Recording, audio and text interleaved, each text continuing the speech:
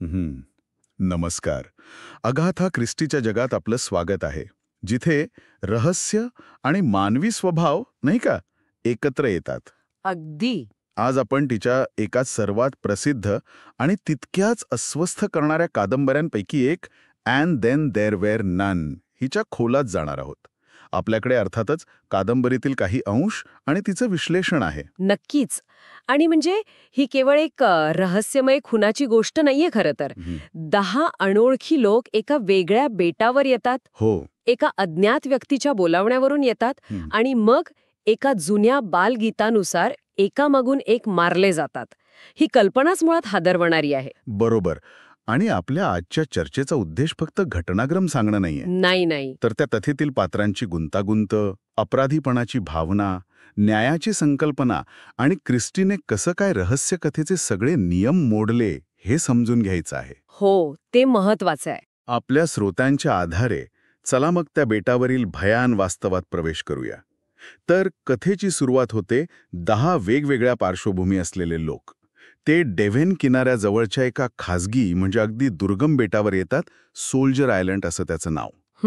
त्यांना UN Owen नावाच्या एका गूढ व्यक्तीने किंवा जोडप्याने निमंत्रित केलेलं असतं. हो, आणि कारणं पण वेगवेगळी दिली जातात. कोणाला नोकरीची संधी, कोणाला जुन्या मित्रांची भेट, किंवा फक्त एक आरामशीर सुट्टी म्हणून बोलावलेलं असतं. अगदी. आणि गंमत म्हणजे या ओवेन नावाच्या यजमानाला कोणीही प्रत्यक्ष भेटलेलं नाहीये. बरोबर. बेटावर पोचल्यावर त्यांना एक आलिशान घर दिसतं, पण यजमान गायब. फक्त 2 नोकर, मिस्टर अँड मिसेस रॉजर्स, स्वागतासाठी हजर असतात. आणि इथूनच तो तणाव आणि गुढतेची भावना. हो, ती निर्माण व्हायला लागते. क्रिस्टीने सुरुवातीपासूनच एकाकीपणाची आणि अनिश्चितेची पार्श्वभूमी तयार केली आहे, अगदी सुरुवातीपासून. इतकंच नाही, घरात अजून काहीतरी विचित्र आहे. प्रत्येक पाहुण्याच्या खोलीत ती 10 लिटल सोल्जर बॉईज नावाची एक जुनी नर्सरी राईम म्हणजे बालगीत फ्रेम करून लावलेलं आहे. आणि जेवणाच्या टेबलावर त्या 10 लहान चिनी मातीच्या सैनिकांच्या मूर्ती. हो. आणि ही राईम किंवा त्या मूर्ती सुरुवातीला फक्त सजावटीचा भाग वाटू शकतात. बरोबर. पण त्या प्रत्यक्षात येणाऱ्या भयंकर घटनाक्रमाची नुसती सूचना नाहीयेत, तर काय आहे की जणू काही पटकथाच आहेत त्या. स्क्रिप्टच जणू. हो, त्या 10 सैनिकांच्या मृत्यूचं वर्णन आहे त्या राईममध्ये, जे पुढे घडणाऱ्या घटनांशी अगदी तंतोतंत जुळतं. क्रिस्टी इथे प्रतीकांचा वापर करून अशुभ भविष्याची गडद छाया निर्माण करते. आणि मग येतो तो पहिला मोठा धक्का. रात्रीच्या जेवणानंतर मिस्टर रॉजर्सला ओवेनने दिलेल्या सूचनेनुसार ग्रॅमोफोन वाजवायला सांगितलं जातं. हो. आणि अचानक काय होतं की एका थंड यांत्रिक आवाजात तिथे असलेल्या प्रत्येक व्यक्तीवर एकेका गंभीर गुन्ह्याचा आरोप लावला जातो. बहुतेक वेळा खुनाचाच आरोप. हे खूपच नाट्यमय आहे. म्हणजे जस्टिस वॉरग्रेव्हवर एका निरपराध माणसाला फाशी दिल्याचा आरोप, व्हेरा क्लेथॉर्नवर एका लहान मुलाला बुडवून मारल्याचा आरोप, जेणेकरून तिचा प्रियकर वारस बनेल. अच्छा. फिलिप लोंबार्डवर आफ्रिकेत 21 स्थानिक माणसांना अन्न पाण्याशिवाय मरण्यासाठी सोडून दिल्याचा आरोप, डॉक्टर आर्मस्ट्रॉंगवर नशेत ऑपरेशन करून रुग्णाचा जीव घेतल्याचा आरोप. प्रत्येकाचं एक काळं रहस्य, जे त्यांनी लपवून ठेवलं होतं. अगदी. ते अचानक सगळ्यांसमोर उघड होतं. ही घटना फक्त धक्कादायक नाहीये, तर ती पात्रांमधले ते सामाजिक मुखवटे फाडून टाकते. बरोबर. अचानक ते प्रतिष्ठित नागरिक नसून कायद्याच्या कचाट्यातून सुटलेले गुन्हेगार ठरतात. आणि ते UNO नाव, हो, अननोन म्हणजे अज्ञात, ते आता अधिकच भयानक वाटायला लागतं. या आरोपांवर प्रत्यक्ष प्रतिक्रिया पण वेगवेगळी असते. मिसेस रॉजर्स तर आरोपांच्या धक्क्याने बेशुद्धच पडते. काही जण स्वतःचा जोरदार बचाव करतात, जसा तो ब्लोअर जो माजी पोलीस अधिकारी आहे. काही शांत राहतात, जसे की जस्टिस वॉग्रेव्ह. पण तो अँथनी मार्स्टन नावाचा तरुण, ज्याच्यावर बेदरकारपणे गाडी चालवून 2 मुलांचा जीव घेतल्याचा आरोप आहे, तो काय म्हणतो? तो याला फक्त बॅड लक म्हणतो. त्याची ही बेफिक्री पाहून बाकीच्या हाजरताच नुसते. हो ना, काय माणूस आहे. या क्षणापासून त्यांच्यातले संबंध बदलतात. एकमेकांबद्दल अविश्वास आणि संशय निर्माण होतो. ते आता फक्त अनोळखी नाहीत, तर संभाव्य खुनी आहेत, ज्यांना एका अज्ञात शक्तीने एकत्र आणलंय. अगदी. आणि मग ह्या तणावपूर्ण वातावरणात लगेचच पहिली मृत्यूची घटना घडते. अँथनी मार्स्टन, ज्याने नुकतीच आपल्या गुन्ह्याबद्दल ती बेफिक्री दाखवली होती. हो, तोच. तो अचानक ग्लास उचलतो, त्याला ठसका लागतो, तो गुदमरतो आणि खाली कोसळतो. त्याच्या पेयात सायनाइड मिसळलेलं असतं. बापरे. आणि लगेचच ती राईमची पहिली ओळ आठवते. 10 little soldier boys went out to dine. One choked his little self and then there were 9. एकाएकी ती राईम फक्त बालगीत राहत नाही. तर मृत्यूचा आराखडा वाटू लागतो आणि ती डायनिंग टेबलवरची एक सैनिक मूर्तीही गायब झालेली आढळते. काही जण याला अजूनही योगायोग मानायचा प्रयत्न करतात, पण भीतीचं पहिलं बीज. ते खोलवर रुजतं. हो. आणि दुसऱ्या दिवशी सकाळी अजून एक हदरवणारी घटना. मिसेस रॉजर्स, जी आदल्या रात्री त्या आरोपांमुळे आणि मार्स्टनच्या मृत्यूमुळे खूप घाबरलेली होती. ती झोपेतच मरण पावलेली आढळते. तिला झोपेच्या गोळ्यांचा ओव्हरडोस देण्यात आलेला असतो. अरे देवा. राईमची दुसरी ओळ खरी ठरते. 9 little soldier boys sat up very late. One overslept himself and then there were 8. आणि पुन्हा डायनिंग टेबलवरून अजून एक सैनिक मूर्ती गायब. आता मात्र हे स्पष्ट होतं की हा योगायोग नाहीये. नक्कीच नाही. ते बेटावर अडकले आहेत, बाहेर जायचा मार्ग नाही, टेलिफोन बंद आहे. आणि बोट मदतीसाठी येण्याची काही शक्यता नाही. खुनी त्यांच्यामध्येच आहे. आता भीतीचं रूपांतर तीव्र पॅरानोयामध्ये होतं. म्हणजे संशयाने घेरलं जातं सगळ्यांना. हो. त्यांना खात्री पटते की ओवेन त्यांच्यापैकीच एक आहे. मग लॉम्बार्ड, आर्मस्ट्रॉंग आणि ब्लोअर मिळून संपूर्ण बेटाची आणि घराची तपासणी करतात. पण त्यांना कोणी अनोळखी व्यक्ती सापडतच नाही. याचा अर्थ काय? याचा अर्थ स्पष्ट आहे. खुनी हा त्यांच्यापैकीच एक आहे, जो इतरांसारखंच घाबरलेला किंवा निष्पाप दिसण्याचा प्रयत्न करतोय. ही परिस्थिती म्हणजे क्रिस्टीच्या लेखणीची कमाल आहे खरं तर. अगदी. तिने फक्त बाहेरचा धोका नाही निर्माण केला, तर आतला धोका जास्त भयावह बनवला आहे. जेव्हा शत्रू तुमच्यातलाच एक असतो, तेव्हा विश्वास कोणावर ठेवायचा? बरोबर. प्रत्येकजण दुसऱ्याकडे संशयाने पाहू लागतो. आणि याच वातावरणात तिसरा मृत्यू होतो. जनरल मॅकार्थर, भूतकाळातील अपराधाच्या ओझ्याखाली दबलेला तो वृद्ध सैनिक. त्याने आपल्या पत्नीच्या प्रियकराला आर्थर रिचमंडला एका धोकादायक मोहिमेवर पाठवून मारलं होतं. तो आता पूर्णपणे खचलेला असतो आणि समुद्राकाठी शांतपणे बसलेला आढळतो.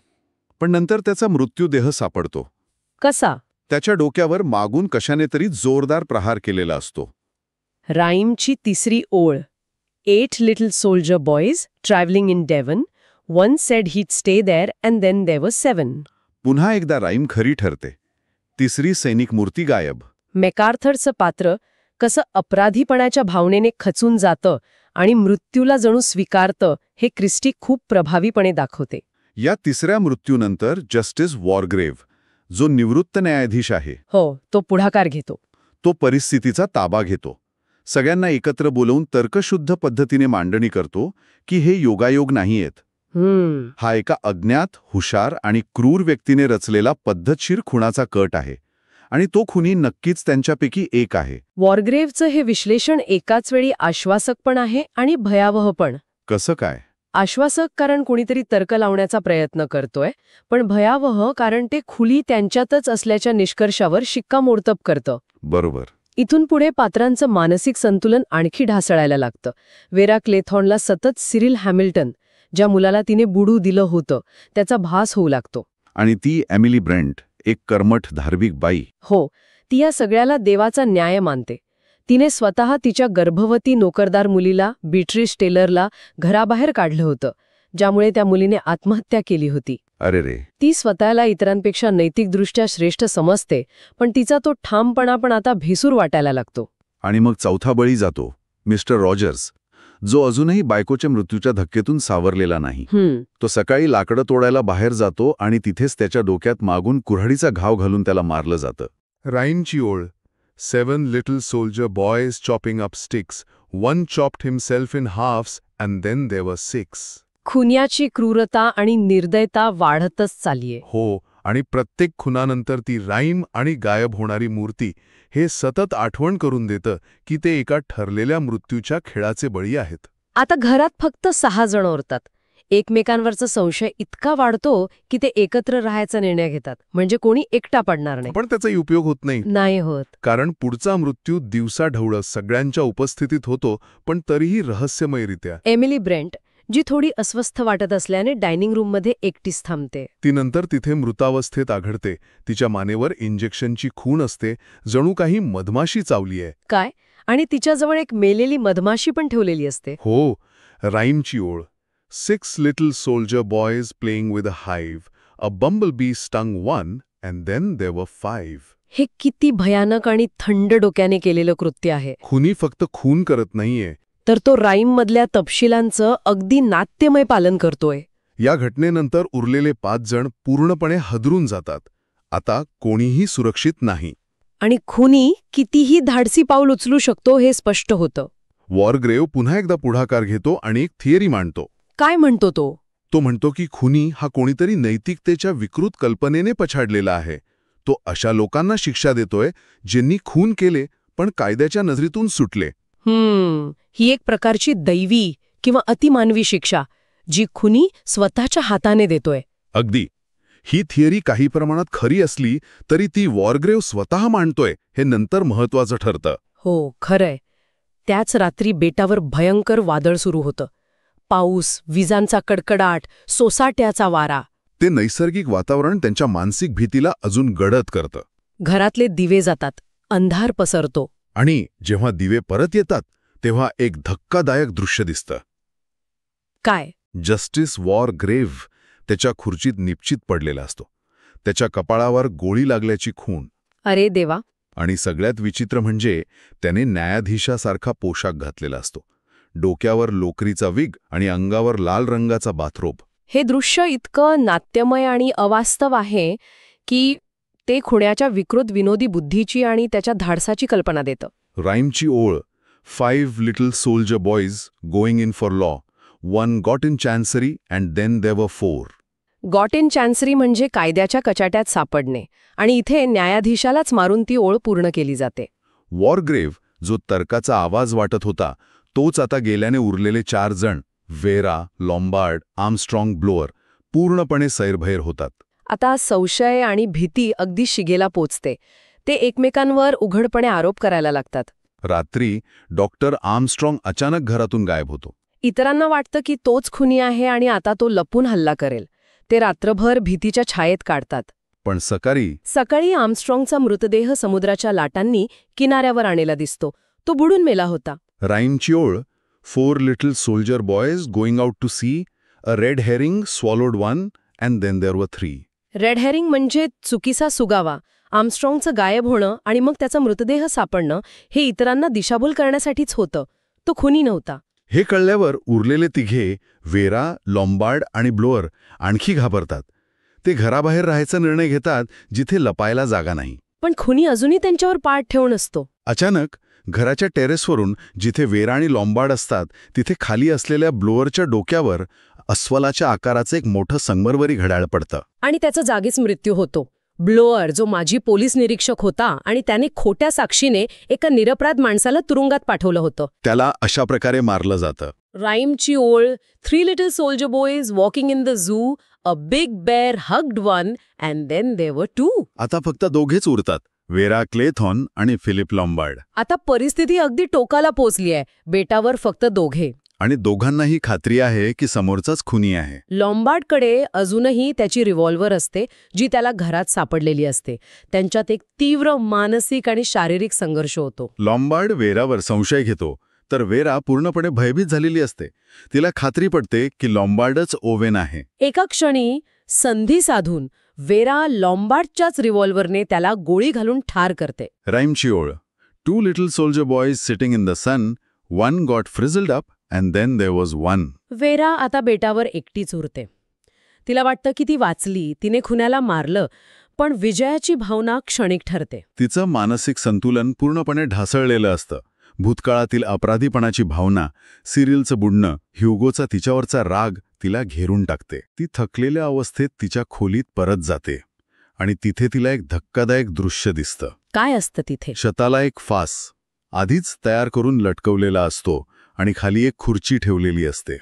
हे सगळं राईमच्या शेवटच्या ओळीनुसार.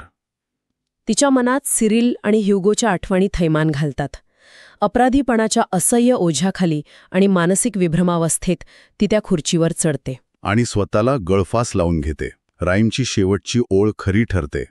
1 little soldier boy left all alone. He went and hanged himself and then there were none. बेटावर कोणीही जिवंत उरत नाही. And then there were none. काही दिवसांनी जेव्हा ती ठरलेली बोट मदतीसाठी बेटावर पोहोचते तेव्हा पोलिसांना एक भयानक आणि गोंधळात टाकणारं दृश्य दिसतं. 10 मृतदेह, प्रत्येक मृत्यू राईमप्रमाणे झालेला. पण हे शक्य कसं झालं? जर शेवटची व्यक्ती वेरा होती आणि तिने आत्महत्या केली तर तिच्या खोलीतली खुर्ची कोणी सरळ केली? हाच मोठा प्रश्न. खुणी कोण असू शकतो जो हे सगळं करून गायब झाला? पोलीस सखोल तपास करतात. मृतांच्या भूतकाळातील गुन्ह्यांची त्यांना खात्री पटते. त्यांना कळतं की हे सगळे लोक खरोखरच कोणत्या ना कोणत्या गुन्ह्यात सामील होते, ज्याची शिक्षा त्यांना कायद्याने मिळाली नव्हती. पण खुनी कोण आणि त्यांनी हे कसं केलं हे रहस्य उलगडत नाही. हे प्रकरण सोल्जर आयलंड मर्डर्स म्हणून एक न सुटलेलं कोडं बनून राहतं. क्रिस्टी इथे वाचकाला पूर्णपणे अंधारात ठेवते. उत्तराची कोणतीही खूण न ठेवता. आणि मग कथेच्या शेवटी तो उपसंहार येतो. काही महिन्यानंतर एका मच्छीमाराच्या जाळ्यात समुद्रात वाहत आलेली एक बाटली सापडते आणि त्या बाटलीत एक पत्र असतं, एक कबुली जबाब. कुणाचा? जस्टिस लॉरेन्स वॉरग्रेव्हचा, तो न्यायाधीश जो स्वतःही मारला गेला होता. तोच या सगळ्याचा मास्टरमाइंड असतो. हो, त्याला टर्मिनल आजार असल्याचं निदान झालं होतं आणि मरण्यापूर्वी त्याला काहीतरी भव्य आणि वेगळं करायचं होतं. आयुष्यभर त्याला न्यायाची आणि शिक्षा देण्याची एक प्रकारची विकृत आवड होती. त्याच्या कबुली जबाबात तो सगळं तपशीलवार सांगतो. त्याने अशा 10 लोकांना कसं निवडलं ज्यांनी खून केले होते पण कायद्याच्या कचाट्यातून सुटले होते. त्याचा उद्देश होता त्यांना त्यांच्या गुन्ह्यांची शिक्षा देणे आणि स्वतःच्या परिपूर्ण न्यायाच्या कल्पनेला सत्यात उतरवणे. त्याने प्रत्येक खून कसा केला हे तो स्पष्ट करतो. मार्स्टनला सायनाइड, मिसेस रॉजर्सला झोपेच्या गोळ्यांचा ओव्हरडोस, मॅकार्थर आणि रॉजर्सवर हल्ला, एमिली ब्रेंटला इंजेक्शन. आणि मग येतो त्याचा मास्टर स्ट्रोक. त्याने डॉक्टर आर्मस्ट्रॉंगला हाताशी धरून स्वतःच्या मृत्यूचा बनाव रचला होता. काय? हो, त्याने आर्मस्ट्रॉंगला पटवून दिलं की ते दोघं मिळून खुण्याला पकडू शकतात आणि त्यासाठी वॉरग्रेव्हच्या मृत्यूचं नाटक आवश्यक आहे. किती कपटी योजना! आर्मस्ट्रॉंगने त्याला मदत केली आणि नंतर वॉरग्रेव्हने मध्यरात्री आर्मस्ट्रॉंगला समुद्रात ढकलून दिलं. म्हणजे आर्मस्ट्रॉंगला पण त्यानेच मारलं? हो. त्यानंतर त्यानं ब्लोअरला त्या जड घड्याळाने मारलं आणि अशी परिस्थिती निर्माण केली की वेरा आणि लॉम्बार्ड एकमेकांना मारतील. आणि वेराने आत्महत्या केल्यानंतर वॉरग्रेव्ह घरात परत आला. त्याने शेवटची सैनिक मूर्ती तोडली. मग तो ड्रॉइंग रूममध्ये गेला जिथे त्याचा मृतदेह सापडला होता. त्याने रिव्हॉल्वर एका विशिष्ट पद्धतीने सेट केली. कशासाठी? जेणेकरून त्याने स्वतःवर गोळी झाडल्यानंतर ती योग्य जागी पडेल आणि तो खून वाटेल, आत्महत्या नाही. त्याने स्वतःला गोळी मारून घेतली. त्याचा उद्देश होता एक असं परिपूर्ण हत्याकांड रचणं जिथे कोणीही वाचणार नाही आणि रहस्य कधीच उलगडणार नाही. अँड देन दे वर नन. पण मग त्याने ते पत्र बाटलीत का टाकलं? त्याच्या कबुली जबाबात तो म्हणतो की प्रत्येक कलाकाराला त्याच्या कलाकृतीसाठी ओळख मिळण्याची एक सुप्त इच्छा असते. त्यालाही त्याच्या ह्या परिपूर्ण गुन्ह्याची कबुली देण्याची, कोणीतरी त्याचं कौशल्य ओळखावं अशी तीव्र इच्छा होती, जरी ती त्याच्या मृत्यूनंतर का होईना. वॉरग्रेव्हचा कबुली जबाब या रहस्याचा उलगडा करतो, पण तो अनेक नैतिक प्रश्न उभे करतो. नक्कीच. न्यायाच्या नावाखाली इतकी क्रूरता योग्य आहे का? कायदा जिथे अपुरा पडतो तिथे असा स्वयंघोषित न्याय किती घातक ठरू शकतो. बरोबर. ही कथा केवळ कोणी केलं म्हणजे हू डन इट यापुरती मर्यादित नाहीये. अजिबात नाही. ती अपराधीपणाच्या मानसशास्त्राचा अभ्यास करते. प्रत्येक पात्र आपल्या भूतकाळाच्या ओझ्याखाली कसं दबलेलं आहे आणि बेटावरचं ते एकाकीपण, त्यांच्यातल्या हिंस्र प्रवृत्ती कशा बाहेर काढतात हे क्रिस्टी प्रभावीपणे दाखवते. आणि वॉरग्रेव्हचं पात्र ते दाखवून देतं की न्यायाची संकल्पना जेव्हा विकृत होते तेव्हा ती किती भयानक आणि स्वकेंद्रित रूप घेऊ शकते. तो स्वतःला जणू काही बेवस समजत असतो. अगाथा क्रिस्टीने या कादंबरीत खरंच रहस्यकथेचे अनेक नियम मोडले आहेत. हो, म्हणजे बघा ना, इथे कोणी पारंपरिक नायक किंवा डिटेक्टिव्ह नाही जो रहस्य उलगडतो. कोणीही पूर्णपणे निर्दोष नाही आणि शेवटी कोणी वाचलेला साक्षीदारही नाही जो घडलेली कहाणी सांगू शकेल. तो कबुली जबाब मिळाला नसता तर हे रहस्य कायमच राहिलं असतं. नक्कीच. म्हणूनच ही कादंबरी इतकी प्रभावी आहे आणि आजही तितकीच वाचनीय आहे. ती केवळ एका खुनाच्या कोड्यापेक्षा खूप जास्त आहे. ती आपल्याला मानवी स्वभावाच्या अंधाऱ्या बाजूवर, न्याय, नैतिकता आणि शिक्षेच्या संकल्पनांवर विचार करायला लावते. खरंच एक विलक्षण आणि विचार करायला लावणारी रचना आहे ही. या स्रोतांच्या आधारावर आपण पाहिलं की कशा प्रकारे अगाथा ख्रिस्टीने केवळ एक रहस्यकथा न लिहिता मानवी मनात दडलेल्या अपराधीपणाच्या भावना आणि न्यायाच्या विकृत कल्पना यांचं एक गडद चित्र उभं केलं. पण जाता जाता एक विचार मनात येतो. वॉरग्रेवने निवडलेले लोक खरोखरच गुन्हेगार होते, ज्यांना कायद्याने शिक्षा दिली नव्हती? हो, हे तर खरं आहे. मग त्याने दिलेली शिक्षा, जरी ती क्रूर असली, तरी ती पूर्णपणे अन्यायकारक होती असं म्हणता येईल का? की कायद्याच्या अपयशातूनच अशा विकृत न्यायाचा जन्म होतो, यावर नक्कीच विचार करायला हवा.